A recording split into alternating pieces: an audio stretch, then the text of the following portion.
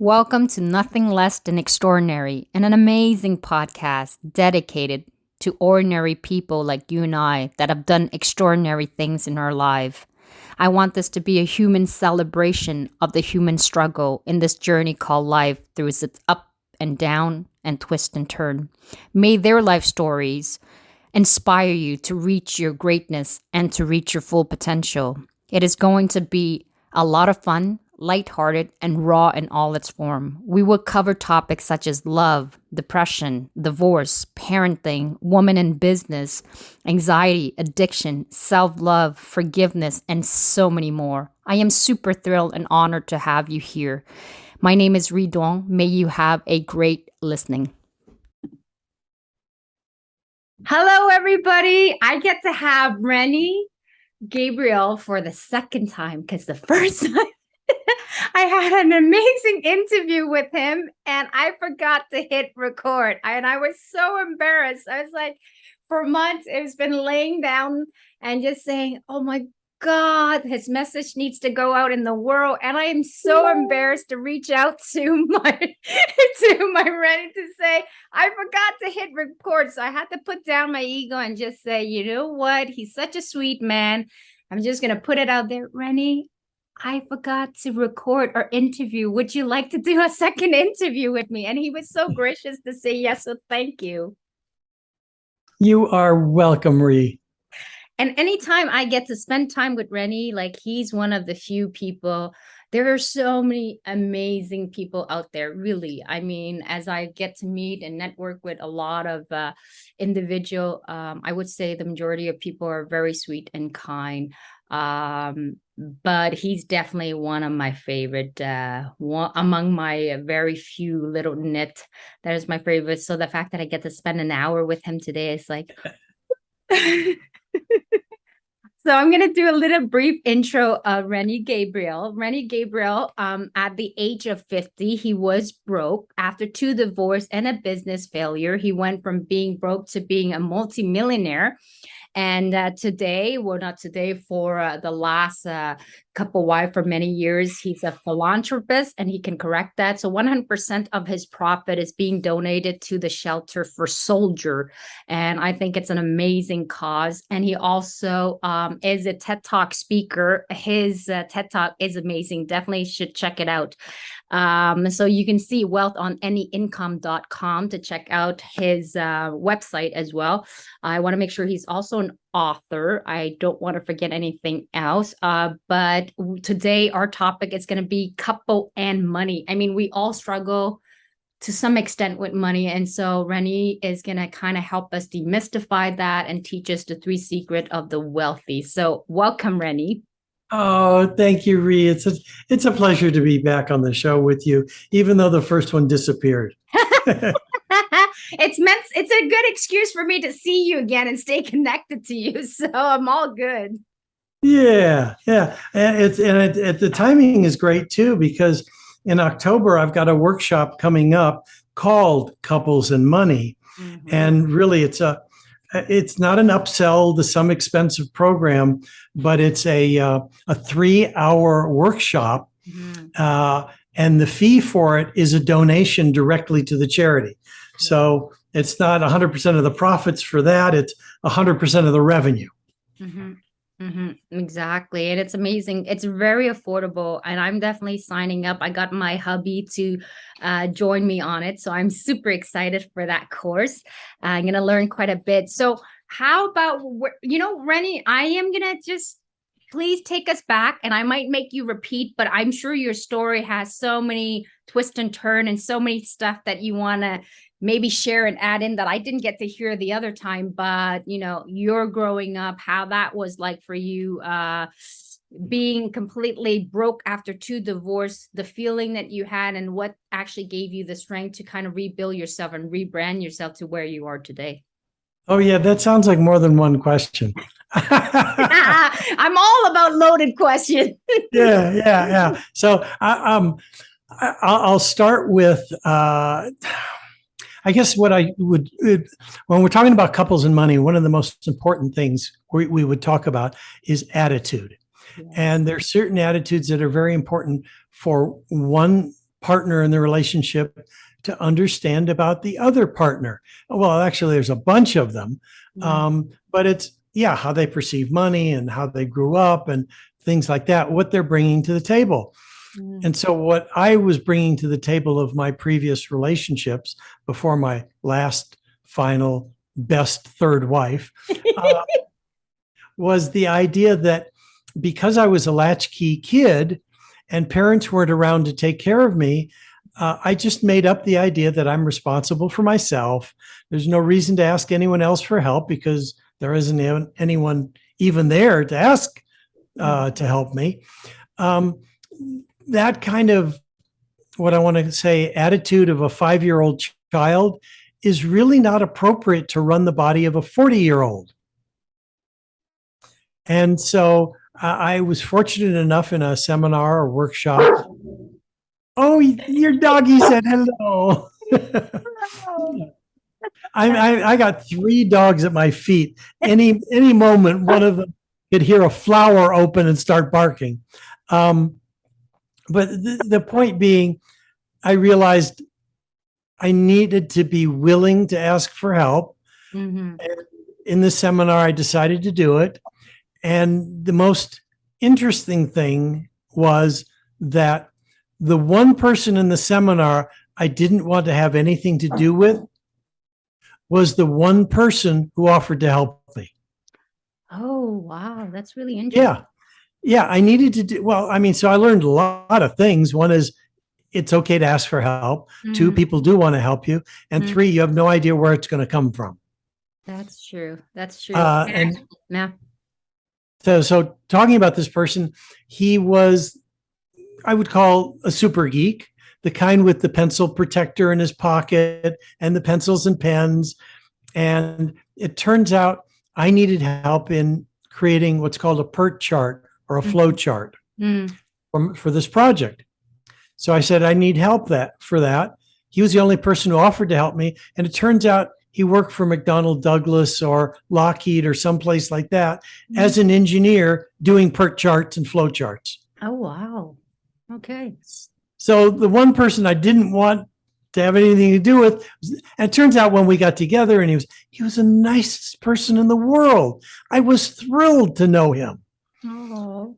So, I mean, that's how life shows up. You got to be open to asking for help because people do want to help. And then you never know where it's going to show up or how it's going to show up. Yeah. And I want to add to that because that's a really big lesson that I've learned recently. I don't know, maybe because I'm so used to doing things myself, like you said, and it's hard on the ego asking for help or showing your vulnerability. Like recently, okay, I'm going to have to admit here, I did admit some on social media. I don't know how to clean. Not my strength. I mean, so that's it. I mean, like, I love a clean house, but I just don't know how to organize things. Like, I can keep a house clean. I just don't know when they're a pile of paper or a pile of a whole bunch of different random size item, how to organize it in a way where they fit in small spaces. So I don't know what category of these bunch of items are supposed to be done.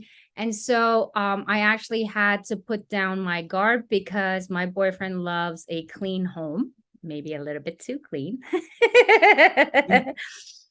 And I'm like the complete opposite. I can function with anything. I find my stuff in a little bit of random stuff. I'm not overly messy, but too clean scares the shit out of me. Yeah, well, it's funny too because there are areas of the house that I'm OCD about. And I'm only just becoming aware of that fact of my personality. But my wife and everyone around me knew that for decades. They look in my closet and every shirt is facing the same way, hung on the same type of hanger. And the coats are here and the shirts are there and there's nothing on the floor. And, that's how but my office is another story. And so every few months, I have to hire a person to come in and help me organize and clean out the crap that doesn't belong. That's it. And I think it's just a matter of finding that help. And so I recently reached out to my mother-in-law who loves me. I can cook. I have like a genetically innate good ability of knowing how things and spice goes together without having to follow a recipe and just going by with my eyes, except I don't have enough of a repertoire of various food to cook. I can cook the same similar food and they're all tasty, but after a while you get bored from eating the same thing.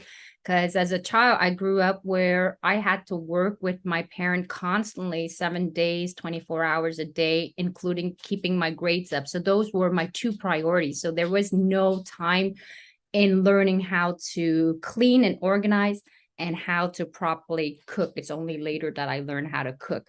And so I reached out to my mother-in-law, who's a good cook, had time to practice.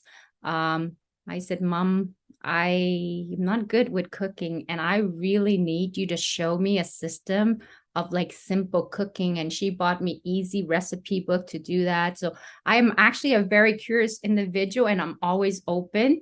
So I put my guard down and I reached out to her. We had an amazing like weekend of just cooking a whole bunch, and I came back home with a lot of food in the freezer. And then I asked my boyfriend, one of his first wife, with cleaning. They're best of friends. They're so cute together. They're the best of friends, which is rare, like people when they're exes, they don't really keep in touch. But the two of them, that's right. Yeah, they're the best of friends and they do anything for each other. So I find that's adorable. So I reach out to her, like, because doing with your boyfriend, he sees it, goes through it, and he gets easily irritable and frustrated. So I'm like, no, this is not going to work. Two girls is going to go really much more easy. And I'll have somebody who understand where I'm coming from. Whereas my boyfriend would just throw everything out, and to me, throwing things hold on a second. We're going to need to take a short pause. Sure. Edit this out. So I was saying that, so my boyfriend would throw the stuff out. Yes, he would throw the stuff out. So with his best friend, she really understand there was a blockage for me where I basically took all of my sister when she passed away, all of her makeup, and just replicated exactly what she had, like, on her dresser, exactly the mirror image in my home on my dresser, so that when I wake up, I was reminded she was with me. And I could never bring myself to get rid of those items. And she was very attentive. She's like, we don't have to throw these out. I didn't realize it. Like just touching her stuff, my sister's stuff, was just like a fear of like, I'm going to forget about her. And so she was very respectful and everything. And with the major cleanup, now the house is spick and span. It's not difficult to do. I just needed somebody to help me organize stuff. So, and then once they have their place, I know exactly where they go. My boyfriend and my friend, she showed me a system of how to, do little things at a time. When you take things out, put them back right away. And then if you have a minute, instead of like piling up the dishes, do it when you have 5 minutes. And so the moment I became open to the idea and flexible that maybe it's not so bad cleaning and there is something positive about it. I don't want to be extreme because I won't go and convert into that, but I can appreciate how being organized can simplify my life and really buy me a lot of time. So really putting your guard down and asking for help recently has proved to be extremely beneficial. So to your point. Exactly. Yeah. And I created a quote because when I look back on my life where I had the successes in business, they were when I was not alone, but I had partners. And a lot of times, partnerships work, they don't work. There's disagreements, there's agreements. But by and large, the people can grow from them. And in one partnership, I had a pension administration company. We grew it and sold it off to a public company. And most recently, after my second divorce, and I'm starting over, my wife and I, with a realtor, started investing in multi-unit properties. And, he'd find them, I'd manage them, my wife would contribute some money.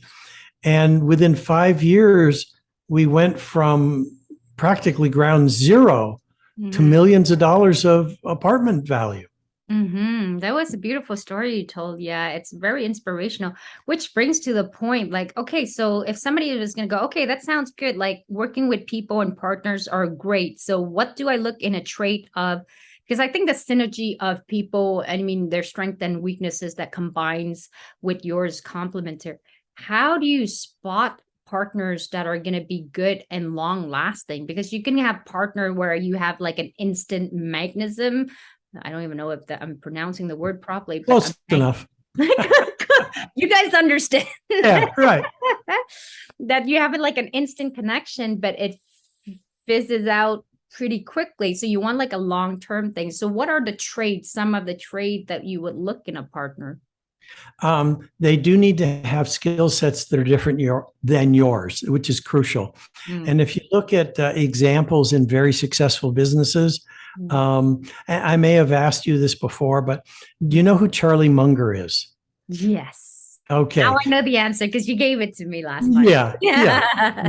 But very few people do. They all know the name Warren Buffett, but it turns out Charlie Munger is half of Berkshire Hathaway.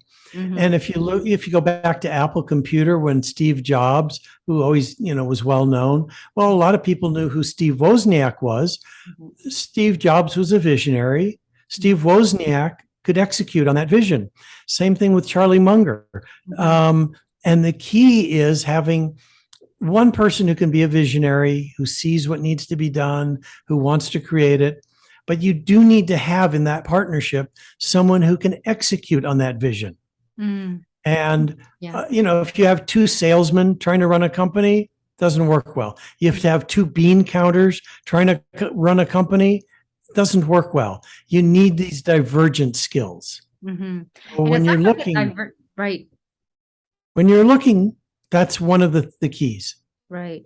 And is there like a synergy? Because I have partners that there is a divergent and we are complementary, but I don't particularly like being around them. So it's just good. Well, yeah, and that's another component. You want to enjoy, or at least be comfortable being with the person. If you're having to tolerate being with them, that's not much fun. And the people that I have been able to partner with, I was happy to be around. And that is an important component because you're going to grow something together. You do, like you said, you want it to be long-term, not short-term. And you don't want to have resentments. You don't want to be uncomfortable being around that person. I mean, my wife and I, we can spend 24 hours a day together for long periods of time and be fine. We're each other's best friend. But I got to tell you, there are people, there's a cousin of hers, after 5 minutes, I've got to run away. Okay, I hope she's not watching this episode. But she doesn't know who she is. Yeah. And so, yeah, I mean, my wife and I talk about her. There are people when you get around, and it's a part of being conscious. There are people who, when you're around, you feel energized. Yeah, exactly. And there are people, when you're around them, you feel like your energy's been sucked out of you. Yes, stay away from those ones. Yes. And the problem is she's a cousin, but as soon as we're in her presence, we feel our energy being sucked out. Okay, that's not good. And I imagine trust would be a big component as well. Oh, right? Absolutely. Okay. Trust is huge. The person has to have integrity. Right. I don't want to use any political examples because it's not a political show, but there are politicians who it doesn't matter what they say. You can tell they're lying because their lips are moving. Okay. Yeah. And so, I mean, there's no integrity. It doesn't matter what they say, it's not truthful. And, when you're going to be in a relationship with someone, you don't want that as a part of the mix. You want integrity as a part of the mix. Absolutely. And you started touching on something that is really interesting about couple and money. Because like, for example, when I look at my couple, like my boyfriend money is more of a symbol of security for him, Whereas for me, it's not, I already feel secure no matter what situation. I could be in serious debt. Well, I'll probably be extremely stressed, but I would still manage stress much more easier than my boyfriend would. Whereas like money is security. So even if he has a lot of money, if he doesn't have the amount that he thinks he needs to be secure, he would feel insecure about it. Whereas for me, money is freedom. Like I see money as like not a way to make me feel secure. I already feel secure. I just see it as an opportunity to be able to spoil my family, friends, and do the things that I always want to do, give back to charities and stuff like that. So it's interesting that you say that because like he comes from a wealthy family. I come from like a family that didn't have much. So it doesn't take much for us to really appreciate the things that we have. Whereas with my boyfriend, it has to be extravagant for him to feel like it's worth something. Although now that he's exposed to me, he's learning to enjoy all of the small things. Oh, good. Yeah. Well, that's the key. It's, when it comes to couples and money, there are questions I ask couples to answer separately from each other and then come together and talk about them. And some of the questions are how they were raised in the household. And the question would be, what was your mother's role in the household regarding finances? And how is your role like hers or not like hers? And the same question would apply to a father, but nowadays we could be talking about parents because someone could have two fathers or two mothers. But the point is, how were your parents involved in handling money in the household? And who are you looking at as your role model? And are you copying what they did? Are you rebelling against what they did? Are you freely choosing what works for you? And when these questions are answered and then a couple gets together, it's like the book, Men Are From Mars and Women Are From Venus.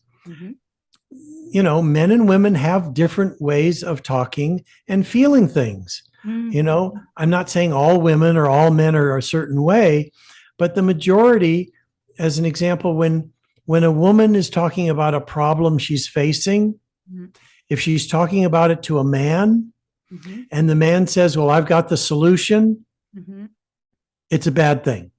It ends the conversation and upsets the woman who's talking. Absolutely. Because a woman is not looking for solutions when she's talking about a problem. Now, that doesn't make sense to me as a man, but that's how it works. And as an example, for a woman, when she's talking about a problem with another woman and the other woman is saying, boy, I understand. Boy, that must be frustrating. I bet you feel awful. That's what makes her feel good.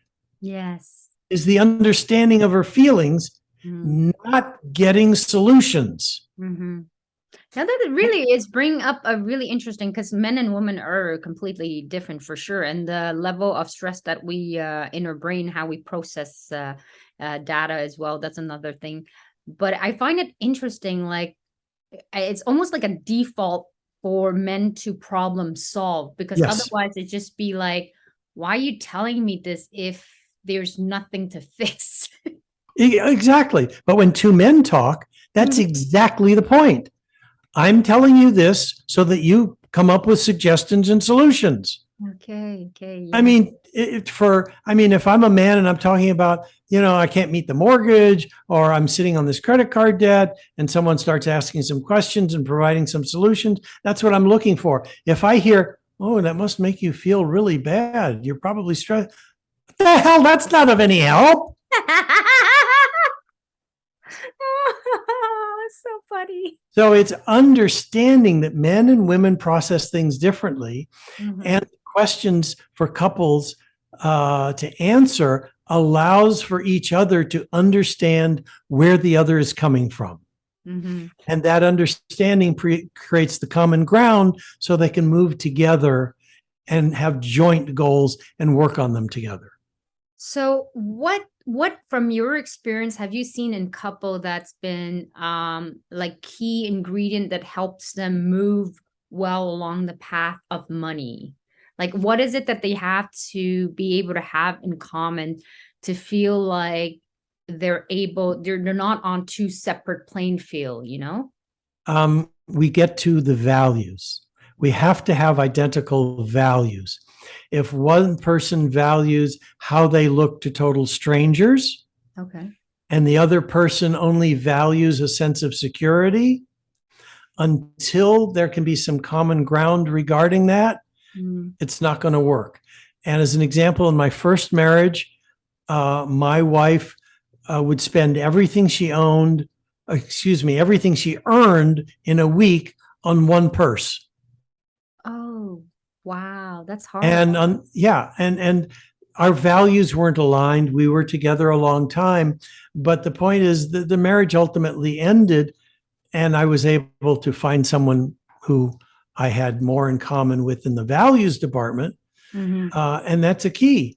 So those values have to be in alignment, and the way to find out about if they are is to answer the kind of questions that come from a book like Couples and Money that I published, or the workshop that I'll be putting on in October. Yes. Can you share the date? It's October the 13th, if I'm not mistaken. Correct. It's a Thursday, October 13th. It's something like, I think, 2:00 in the afternoon, Pacific time. So it even works for people who are all the way in Australia. Yes. Um, Right. Yeah. And if they go to Wealth on Any Income / wealthonanyincome.com/workshop, they'll have all the details. And again, it's a donation to a charity to participate in the workshop. And everyone who participates live will get a copy of the recording. And this is not designed to sell something else. This isn't a 3-hour workshop designed to sell some high ticket program. It's for the couple to, or a single person even, to work on their issues during those 3 hours and have the solutions. That's it. Then they're done. That's fabulous. I think it's going to be really, really beneficial because money is big. I think what in couples, aside from money, and then it's the cleaning. So so far, we don't have any issue with money. Thank God, which wasn't the case with regards to my ex-husband, but that was always a big issue and continued to be an issue, even though I'm separated. Oh, yeah. Believe me, it's the number one cause of divorce. It is the leading cause. And I look at my daughter who ended up divorcing her husband, paying off his car, paying off his credit cards, paying off his tax debt, which took quite a few years. And finally all that stuff is behind her, and she can buy her own home on her own income. That's good. Oh, but but fortunately she didn't have to pay alimony. That's at least something. Yeah, that's big. And what are some of the struggle that you find couples like tend to get into a disagreement like that causes the biggest friction in the couple about money? it has to do with a lack of alignment on their goals. As an example, if they are both agreeing to set aside a certain amount of money so that they can travel, and if some purchase idea comes up that could derail the idea of them taking the vacation that they want to take, if they have a conversation about it. But if there isn't the conversations, that's when the problems show up big time. Okay. So I guess with couples, the things that we want to actually point them in the direction, which they'll find out as well in the workshop, is definitely want to have a discussion with regards to value and what they do all the answering of the question, like what does money represent to you? How was that like passed on from your parents, your mother, your father? What kind of information that you took on as a kid or growing up? And some of them are subconscious as yes. well, right? Yeah. I mean, I wasn't even aware that I was a latchkey kid until I was in my 40s. Yeah. Well, yeah. I just figured that's how it is. I didn't realize I was talking to someone about it, and they said, "Oh my God, parents could be put in jail for that now." I'm thinking, what? I mean, but it didn't mean anything to me as a child. Yeah. Yeah. Because Yeah. And one of the first things we work on in the workshop, by the way, are financial goals. What is it that people want to accomplish? What's important to them based on their values? Because the goals have to be in alignment with the values, because if they're not, no one's going to work on them. Yeah. And I remember us discussing about like how we have like financial goal. Let's say you want to save money for a trip, or you want to be able to spend a little bit less like in your grocery bills, to kind of track it. And I've been really good because I kept all of the receipt that you told me to keep, all the receipt to see and check, because whatever you spend, you'll start to see where it goes. Not been very successful at them. I kept all the receipt, but I never tallied them all together. Oh, see, that's one of the tools that I'll be talking about, is a little tool that as soon as you spend the money, you write it in there like a checkbook register. Yes. And it can be tallied within 10 seconds. So there's no time consuming fear there, because in 5 to 10 seconds, you can find out where the money's gone. And the most important part of that is to ask yourself the question, did I get the level of value I paid for? Do I want to do more of this or less of this? And until you ask questions about where your money is going, there's no way to change the behavior. Right. As an example, I would prefer to be on my motorcycle than in a car. So if I'm putting gasoline in my car, I'm not as happy as if I'm putting gasoline in my motorcycle. It's just becoming aware and asking yourself questions. Am I getting the level of pleasure I paid for? That's really Is this in alignment with the goals I want to achieve? And when those questions are answered, you can change where the money is going to align with your values. Okay. So let's say like this year, if my goal is to do at least one trip as a family, that means I would have to save up, let's say 7K, 7K. And then the area to cut would be, I could spend a little bit less on my groceries, shop around for, no, not my mortgage because it's not due yet, electricity bill, internet, cable, cell phone, a little bit, because I always shop around for a good price. I'm sure there is maybe credit card, to find another credit card that would have higher interest. Lower interest. Right. So how do you go about in doing all of that? I've got a form which lists all of the places you could be spending money, because the best way to start is with what are called your not disposable. It's so great. All of a sudden my brain froze. Discretionary, that's the word I'm looking for. Your discretionary purchases, the ones where if you completely cut them out, you have that much control. You can't cut out your electric bill, but you can cut out a movie. Or you can cut out ice cream if you chose to. So there are things where it's completely discretionary. A meal out, you could cook instead. So all I'm getting at is the discretionary expenses are the first ones to look at. Then there's the variable expenses, and that's the stuff you spoke about, like a phone bill or electric bill or whatever, a grocery bill. You got to buy food every month, but how much food, the type of food you get, all of that's variable. And then there's the fixed expenses. If you've got a car payment, it's the same every month. You have a mortgage payment or a rent, it's the same every month. There's not a lot you can do there, but you still can. As an example, I had someone working for me who, and this goes back a long time ago, was spending $600 a month for a one-bedroom apartment. Can't find one-bedroom apartments in Los Angeles for $600 a month. That was years ago. But I said, oh, well, why don't you get a 2-bedroom apartment? She goes, what? That's more money. Yes, but if you get a roommate, it'll be half. Mm-hmm. An $800 a month 2-bedroom, you could be Mm-hmm. spending $400 a month. You can change a fixed expense, Mm-hmm. Mm-hmm. if you want to be creative and if you're willing to do certain things. Um, so it doesn't matter what the rents are today. Mm-hmm. The concept still holds true. Mm-hmm. I think you are correct in the sense that I think it's a matter of becoming aware and attuned and intentional about where you're spending your money. I mean, so if you're saying my goal like this year is to be able to travel, then to some extent you need to be able to prioritize. My God, I'm struggling in the evening here. Finding our words. Prioritize properly so that whatever, like you said, is my money going into paying gas for the car? Is it going to pay for my motorcycle, which is something that I want to aim for?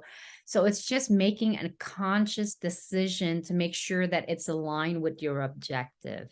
Exactly. And the little tool, I call it a spending register, creates that consciousness. Okay. Okay. Got it. So yeah, you're right on track. You're right on target. You hit the nail on the head perfectly. Thank you. Thank you. And that helped because I've been reading the book of Bruce Lee written by his daughter Shannon Lee. And that's what she was saying. It's just basically there's no good or bad. It's just a matter, and then you can see my dog here popping in. But there's no good or bad situation. It's just becoming aware of your decision making and going with the flow and being observant and being inquisitive and curious and having fun with the journey. So exactly. And it's like being your own. It's like being a detective and discovering your own life. That's right. I love that comparison. That's actually really good. So that's what I'll do. It's just really trying to become a detective and see, okay, I wonder where all of those money is going. And is it going where it's supposed to? And is that going to be beneficial for my overall goal? Because I think in general, most of us say, oh yeah, I can set up objective, and then we really have a vague idea what we want to do, and we don't want to input concrete action to arriving to that goal because we really never took the time to really consciously do it, and then wonder at the end of the year going, how come I didn't succeed?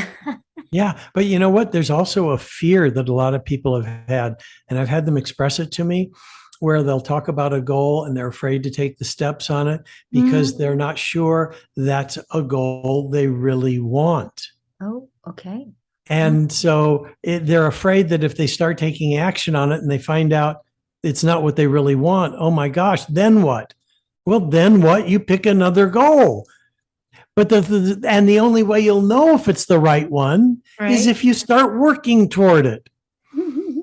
I mean, I recall, this goes back, oh my gosh, probably 40 years ago, when I thought it would be such a great idea to establish my own insurance agency and train other insurance agents, and then get an override on the commissions that they earn.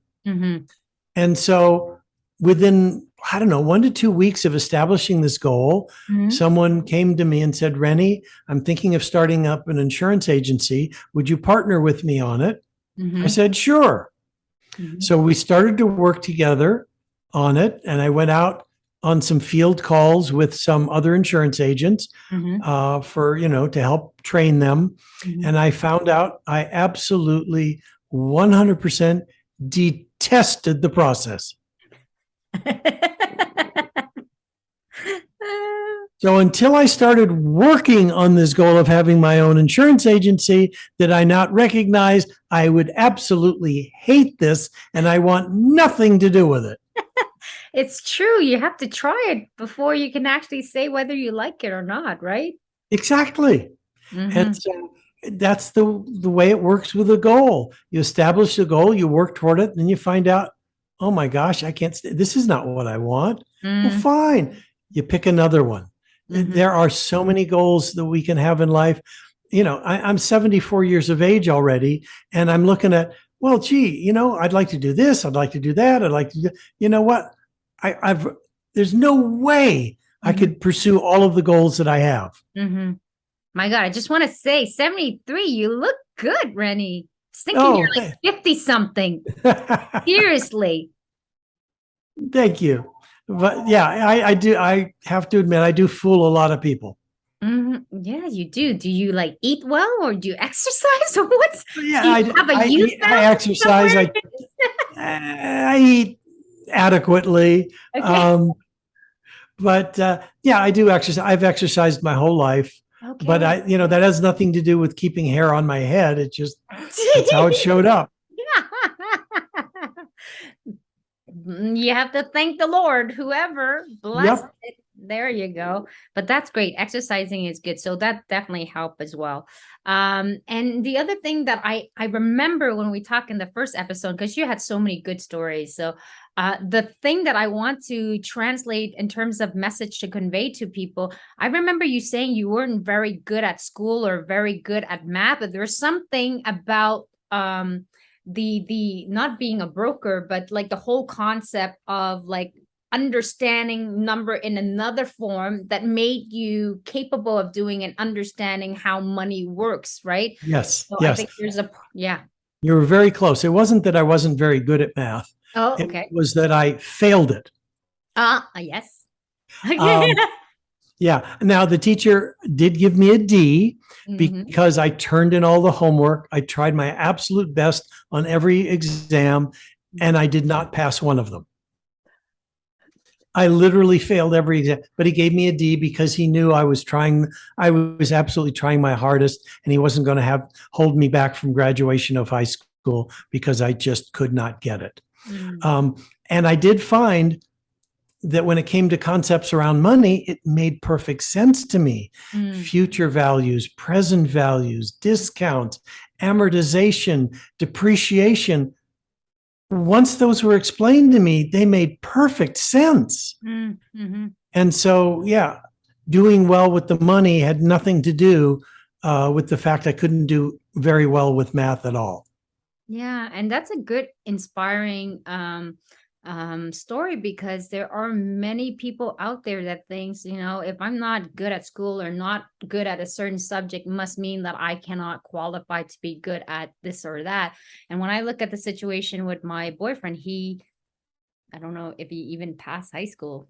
I don't know if he even have a high school diploma, but he did pretty damn good for his income himself. So all that just to say, like, don't let it limit you because you may be going through. There's so many forms of different intelligence. So look at Rennie. He understand depreciation, amortization, and that's a good concept for him in order to do what he do now. But doesn't mean that just because he wasn't able to pass his math, that limit him from still being in the financial world. I mean, there's so many forms, so many different ways, avenue to reaching that opportunity. Exactly. And the math class, I think it was geometry where Mm, you had angles or yes. something like that and formulas. I mean, to start with, that hasn't impacted my life whatsoever. I've never been concerned about the angle of the cosine or whatever. It has had no application in my life at all.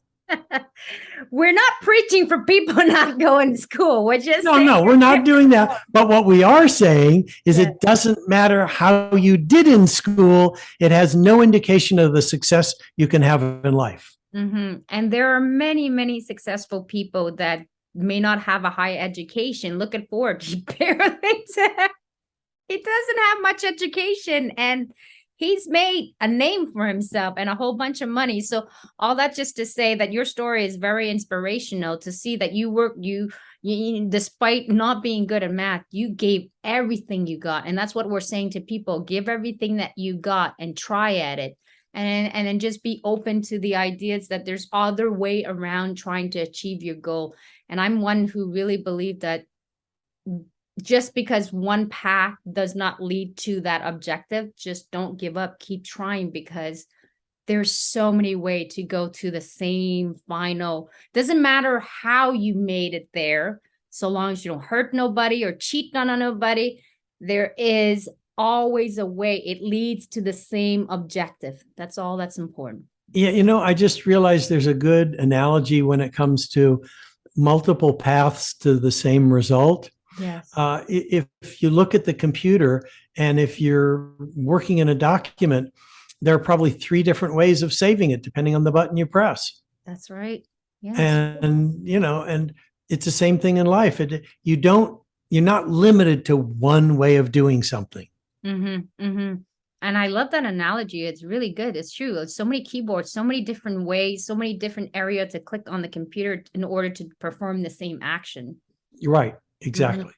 So I'm going to leave this because we're coming close to an end, and I want to be able to give this platform for you to promote. We talked about the workshop that are coming up for couple in October the 13th. And when I'm going to share this podcast, I'm going to share all of your data and all of the different things. I already posted on Facebook to kind of get people familiarized with that. I'll promote it once more again when I launch the interview. So I want to leave it with you. If you have any other things you want people to discover about, to know about, because it's all about you, Rennie. Yeah. One of the things that I get asked sometimes is when is it too late to begin the road to having complete financial choice? Like, someone might say, I'm 50, I'm 60, I'm 70. Is it too late? And the answer is no, it's never too late. Mm. I have a friend who, after his second divorce, he was around 69 or 70, $250,000 in debt at age 70, starting all over.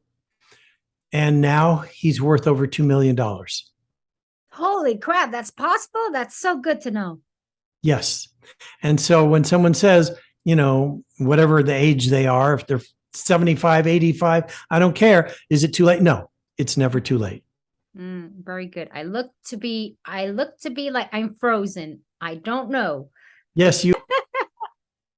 So I'm recording it again. I don't know why it's frozen, but that's okay. You can hear me, and you know what? I'll maybe try something different where I'll just put like this. No, I'm not any less. Oh, there you go. But that's just me seeing. How about this? We'll end it with just the quote. And you know what? Thank God the technology only ended like this, but at least it's all about Rennie. So I'm going to leave you with the last word. I always love to end with a quote. And I know you have an amazing quote and so many different quotes, but I do want to have you end with one quote that is really significant for you to share with the public. My favorite is wealth creation. And it doesn't matter really if it's wealth creation, business, relationships, makes no difference. But wealth creation is a team sport, not a solo sport. Yeah, I love that. I love that line. I never get sick of hearing that line. It just reminds me we're all like a team. Like life is a team. So why not do it in a team? So much more fun than doing solo. Oh, wait, and so I went technology. I got so amazed by the quote of Rennie that I forgot what I was doing and I stopped the recording. So I wanted to say thank you so much, Rennie, for being with me today. And I wanted to say goodbye to those that are joining us today, and definitely check out this episode and check out the workshop on couple and money with Rennie. It's going to be so good. So thank you, everyone. Thank you for having me, Ree. Thank you so much, Rennie.